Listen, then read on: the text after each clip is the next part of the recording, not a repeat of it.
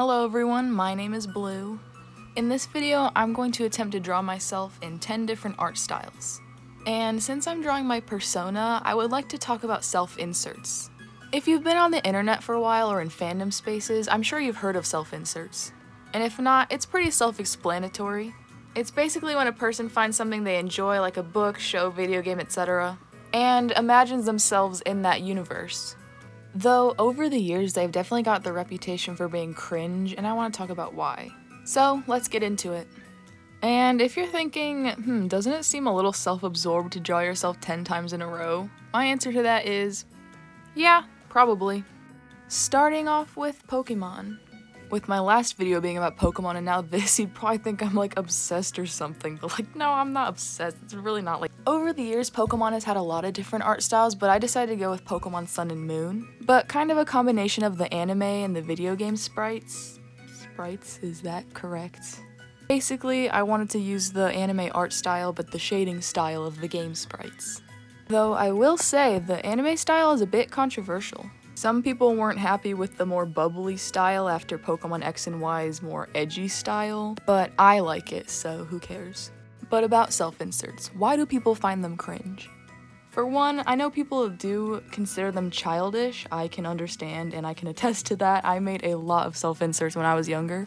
And no, I will not be showing examples, those can stay in the past. But because of this childish reputation, is very associated with the Mary Sue trope. Obviously, not all self-inserts are just a flawless, idealized version of a person. But sometimes you just want to draw yourself with your favorite Pokemon or something. Is that so wrong? But back to the drawing, around here you can see I am sort of running into a bit of an issue. Why are all of my markers dry? What? Okay. Yeah, the pink and blue that I like to use for my character just simply died, so that's really great. The one video where I'm drawing my Sona multiple times in a row, that's when my markers had to dry out. That's really fantastic. I found a solution for that eventually, but you're just gonna have to deal with this for a little bit. For this design, I decided to keep the natural blonde hair for whatever reason. I guess it makes it look a bit more balanced. A lot of the art styles later in the video probably wouldn't let me keep the pink and blue hair, and I'm sure Pokemon would have, but I just decided to keep it like this because I think it looks nice. And obviously I had to get rid of the blue skin because that doesn't make sense for Pokemon. And on to the next one, we have Gravity Falls. I had a lot of fun replicating this art style. It might be one of my favorites from this video, despite it being very simple. Though people have critiqued this art style and referred to it as the CalArts style. CalArts is an art school where this cartoon style kind of emerged from. I don't mind the art style because a lot of the comparisons people make are a little over-exaggerated to prove their point, which just kind of shows that the problem isn't as big as people are making it seem, but that's just my opinion. For this design, I didn't actually have to change too much. I kept the hair and outfit basically the same. I couldn't keep the blue skin. Gravity Falls does have a lot of fantasy stuff in the show, but I just don't think it would have fit at all. It was very interesting trying to replicate the way they draw arms and legs with like no curves or anything. One thing I was kind of like, nervous about was if I had to draw 4 fingers on the hands. There's nothing wrong with art styles that only draw 4 fingers, it's just not what I prefer. But most of the adult and teenage characters have 5 fingers, so I got to avoid that. For now. Next up is Animal Crossing. And this one I am doing digitally. I don't do digital art as often as I do traditional art, but this and a couple other art styles I thought would work a lot better digitally. And instead of drawing 5 or 4 fingers, I get to draw 0. I loved Animal Crossing New Horizons. I have a lot of hours in it. Wish Nintendo continued to update it for longer, but that's besides the point. I guess this and a couple other art styles that I did don't really count as self-inserts because you play as yourself anyways in the game, but that doesn't matter. In this design, I was actually able to get away with giving my character blue skin, because in one of the Halloween updates, they gave you a face paint option. So no cheating here, except I did cheat eventually when I gave myself multicolored hair, but we don't have to talk about that. For this, I tried to give it a 3D effect. I don't think I accomplished that completely, but I don't mind. I think it's good enough. And for the hair, I kind of improvised on it. None of the hairstyles in the game look exactly like my Sona, so I kind of just try to come up with something that looked accurate, and I think it looks fine. But overall, I'm pretty happy with this. I think it's cute, and I had a lot of fun making it. Nintendo, please add more updates, I'm begging. Next, I'm doing Teenage Mutant Ninja Turtles. And I chose this because, I like the Ninja Turtles. It's not really crazy, but I like them. There's been a lot of iterations of the Turtles from cartoons, comics, movies, but I decided to go with Rise of the Teenage Mutant Ninja Turtles because it's definitely had the most influence on my art style. I even made a self-insert designed a couple years ago when I first got into the show. But once again, there was some more controversy. After the success of the 2012 TMNT show, people were not a fan of this one. They changed the characters and storyline a lot, which is what threw people off. And of course, each version of the Turtles have different changes and stuff, so it's not just the same story over and over again, but they went in a very different direction with this show. So a lot of people didn't give it a chance until it was too late, which I just find unfortunate.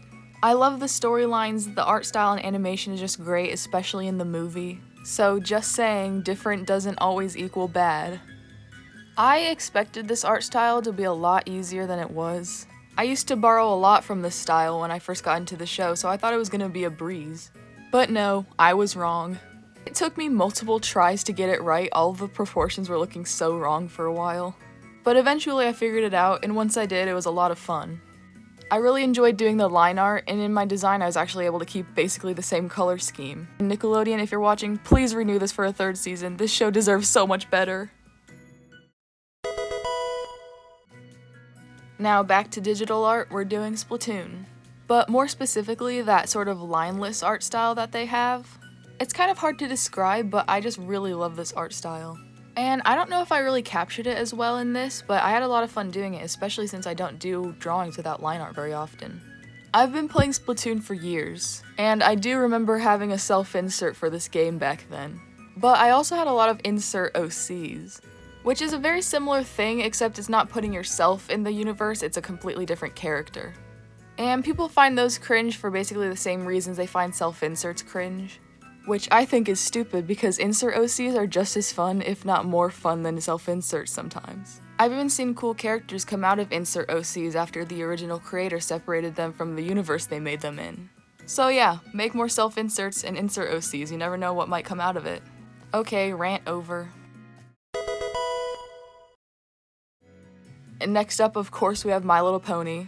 I couldn't not do My Little Pony. Making a pony Sona is like the ultimate cringe kid thing to do, and that's the vibe we're leaning into today.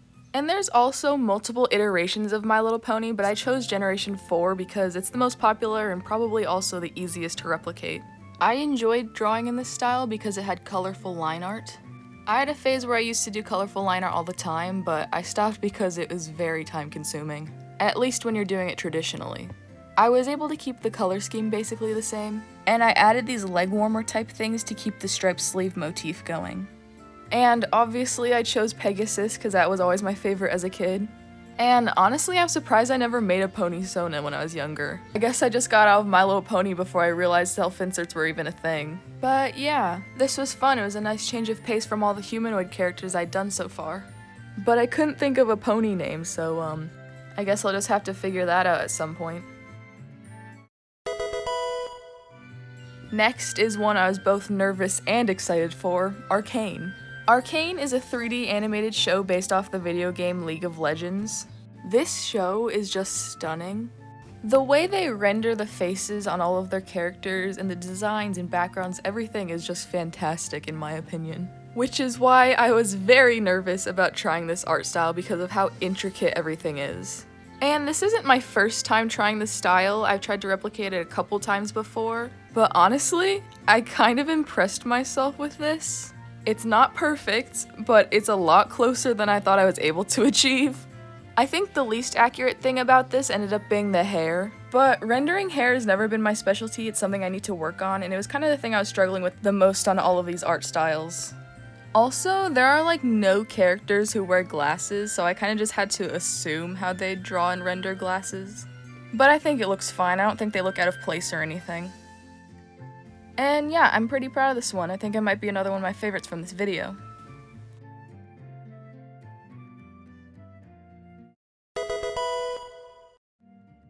This next one is a little bit different. It is the Beatles' Yellow Submarine movie.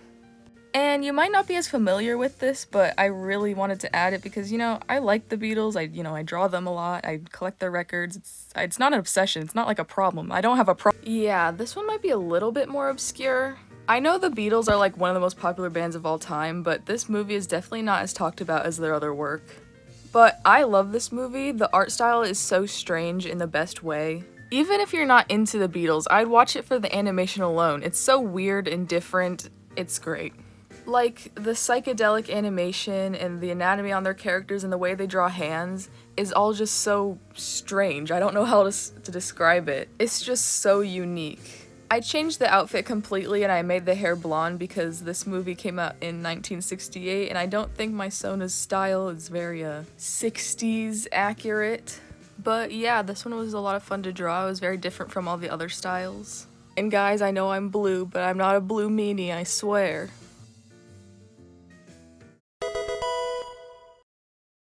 And oh, what is this? Is this a bonus art style?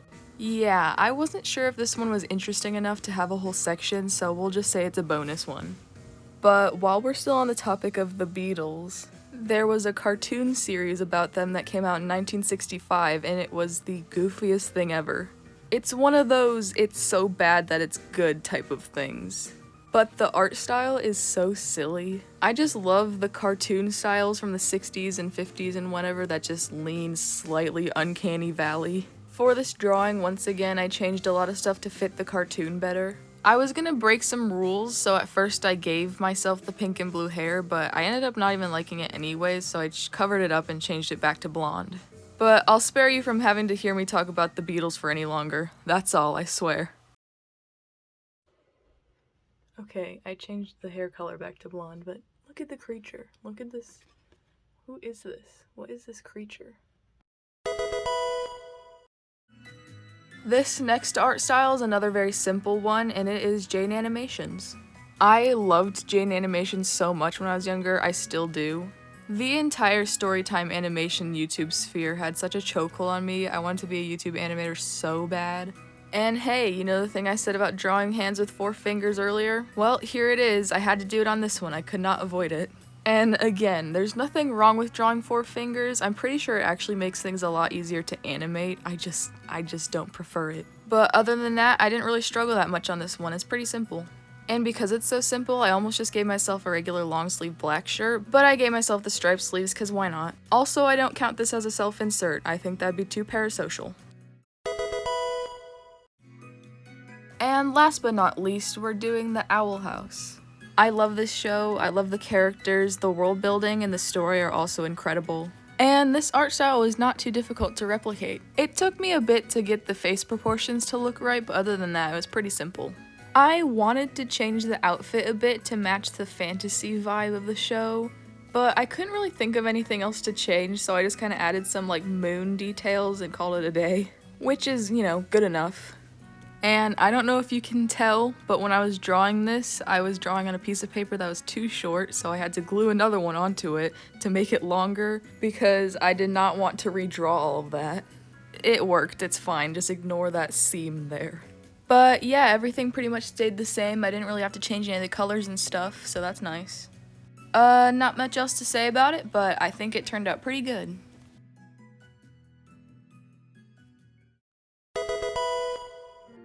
Okay, what have we learned here today? Number 1, I can't like things in a normal way. And 2, don't be afraid to do things that other people might deem cringy. Painters and writers have been making self-inserts for centuries, but now when I want to draw myself as a Pokémon trainer, it's cringe. I think that's unfair. To be cringe is to be free, so as long as it's not hurting anyone, just draw what you want. And number 3, go try other art styles. It's a lot of fun and you might actually learn something you didn't know before. And thanks for watching. Go like, subscribe, whatever YouTubers usually tell you to do, and bye, see you next time.